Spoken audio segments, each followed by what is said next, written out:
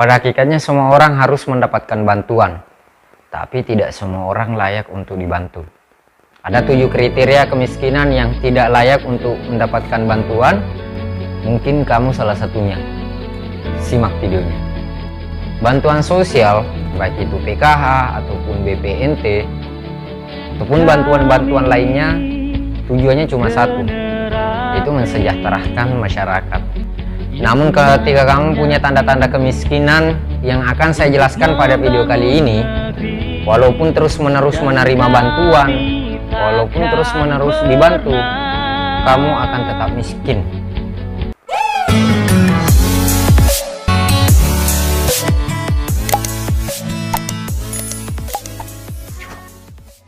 Sebelumnya video ini saya dedikasikan kepada seluruh penerima bantuan program Keluarga Harapan ataupun kepada seluruh orang yang mengharapkan bantuan dari pemerintah. Semua dari kita punya mimpi, mau sukses, mau kaya, mau mandiri, mau sejahtera. Sehingga kamu harus tahu apakah kamu termasuk orang yang layak untuk dibantu ataupun tidak. Karena di video kali ini saya akan menjelaskan siapa saja orang-orang yang tidak layak untuk mendapatkan bantuan dan orang-orang yang seharusnya dan layak untuk dibantu. Yang pertama, miskin semangat. Ya, miskin semangat. Orang-orang yang tidak punya sama sekali semangat. Yang ada dalam hidupnya cuma ada pesimisme. Apakah kalian memberikannya motivasi? Apakah kalian memberikannya sebuah peluang? Yang ada hanya kata pesimisme. Misalnya kalian ceritakan mimpimu, saya mau buat usaha atau mau buat begini. Yang ada mereka hanya akan menurunkan semangatmu. Paling jawabannya ya elah, modalnya dari mana, caranya bagaimana, dan atau tidak mungkin. Paling jawabannya begitu. Ini orang-orang yang kalian harus hindari dan orang yang tidak layak kalian temani, karena mereka lah yang akan menunda kesuksesanmu.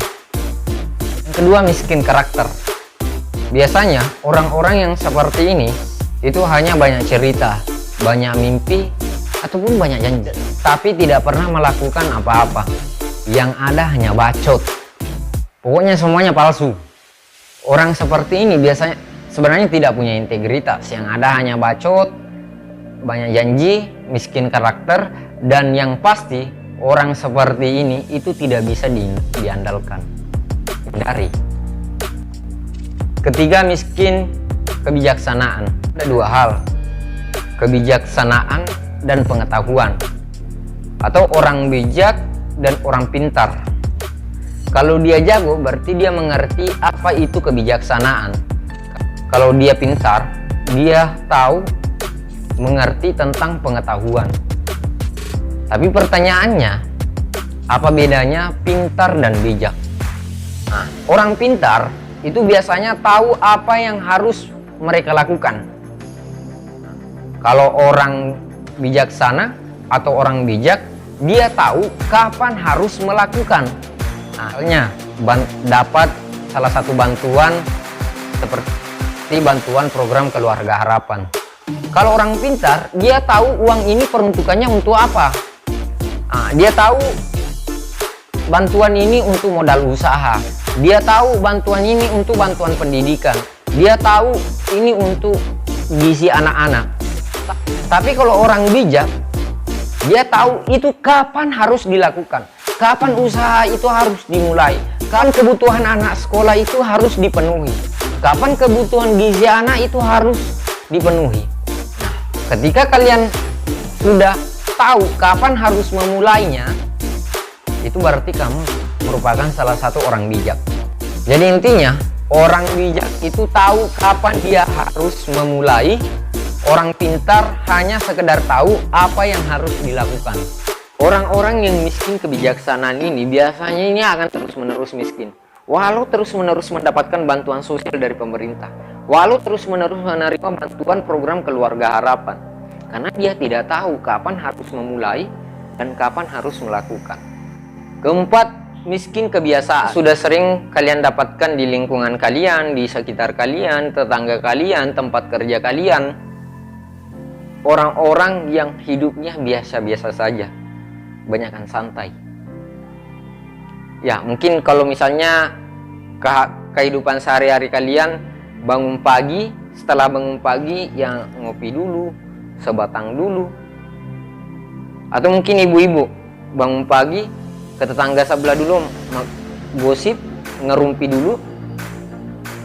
Ini adalah contoh kebiasaan buruk yang kalian harus ubah mulai dari sekarang. Karena kenapa? Ini penting.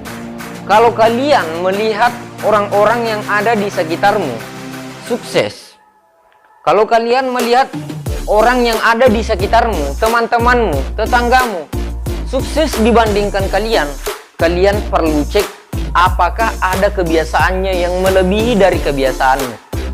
Adakah kebiasaannya yang lebih produktif dari kebiasaanmu? Itu perlu kamu cek. Saya percaya bahwa kebiasaan itu tidak mudah untuk kita ubah. Pepatah Bugis bilang, lele bulu tak lele biasang. Ya, memang kebiasaan itu hanya bisa diubah dengan kebiasaan. Makanya ini perlu untuk kita latih. Ini yang lucu. Biasanya orang yang miskin kebiasaan ini, itu hidupnya sangat terlalu santai. Misalnya mungkin di sekitar tempat kerja kalian, setelah ceklok misalnya jam 7 pagi ceklok, habis ceklok ya ngerumpi dulu, panggil teman-temannya ngerumpi dulu. Kalau cewek-cewek ini ngerumpi dulu, kalau cowok misalnya ya sabatan dulu. Jam pulang kantor jam 5 misalnya, ini sudah jam 5 langsung pulang. Ya setelah pulang ngerumpi lagi pak, cerita lagi, bahkan cerita tentang kondisi negara, cerita tentang bantuan-bantuan sosial, tapi tidak melakukan sesuatu. Bullshit bos. Jadi tidak usah heran kalau hidup kamu terlalu santai dan orang-orang yang ada di sekitarmu itu semakin sukses. Ada waktu sebelum kamu kerja, ada waktu setelah kamu kerja untuk kerja lagi. Kalau kau bilang kita butuh istirahat bos, orang sukses itu tidak kenal kata istirahat. Orang sukses punya kebiasaan yang lebih dibanding kalian-kalian yang mungkin belum masuk ke dalam kategori. Orang sukses itu punya kebiasaan yang lebih baik, yang lebih produktif daripada kalian. Hanya sukses itu sebenarnya gampang. Kaya itu sebenarnya gampang. Yang penting kalian ubah kebiasaan. Ini yang kelima, miskin attitude. Orang miskin attitude ini pokoknya kalau ketemu pembicaranya pasti negatif. Apapun negatif. Termasuk bantuan sosial yang selama ini beredar itu negatif.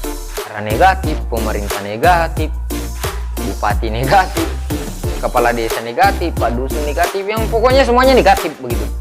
Ini orang-orang yang tidak layak untuk dibantu. Ini negara bos. Dapat bantuan dibilang tidak cukup. Tidak dapat bantuan dibilang tidak tepat sasaran. Ya paling begitu. Ini yang kelima, miskin cinta. Ada orang yang punya pengalaman hidup yang cukup pahit misalnya, dan mereka tidak percaya lagi dengan orang lain setelah itu. Tidak percaya lagi dengan pertemanan, tidak percaya lagi dengan tetangga, tidak percaya lagi dengan lingkungan, dan yang lebih parahnya, dia tidak percaya pada dirinya sendiri. Ini yang lebih parah ini. Orang-orang begini pasti akan mengalami sebuah kemunduran. Saya tidak katakan kalian harus sombong, kalian harus arogan, harus berdiri tegak di atas penderitaan orang, ataupun menganggap remeh semua orang. Tapi kamu memang harus mencintai dirimu sendiri, harus mencintai orang lain, karena peluang itu ada di mana-mana. Semua orang itu punya kelebihan dan kekurangan masing-masing. Bukan harus membenci dirimu ataupun membenci orang lain, karena peluang itu bisa jadi ada pada dirimu sendiri dan ada pada orang lain. Ketika aku punya banyak uang, misalnya ada uang 100 juta, ada uang 1 miliar, ada uang 1 triliun, tapi kamu tidak memiliki cinta, hambar rasanya bos.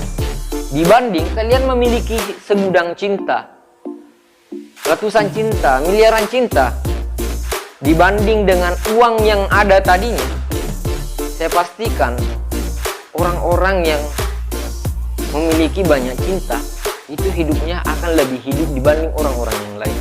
Ini sebuah fakta. Ada beberapa keluarga yang secara kasat mata hidupnya tidak layak. Hidup di rumah reok-reok, hampir rubuh. Tapi lebih bahagia dibanding orang yang punya rumah bertingkat-tingkat, mewah, megah, dan sebagainya. Nah, saya meminta pendapat kalian. Coba komen di bawah. Kalian pilih harta yang berlimpah atau keluarga yang bahagia? Komen di bawah.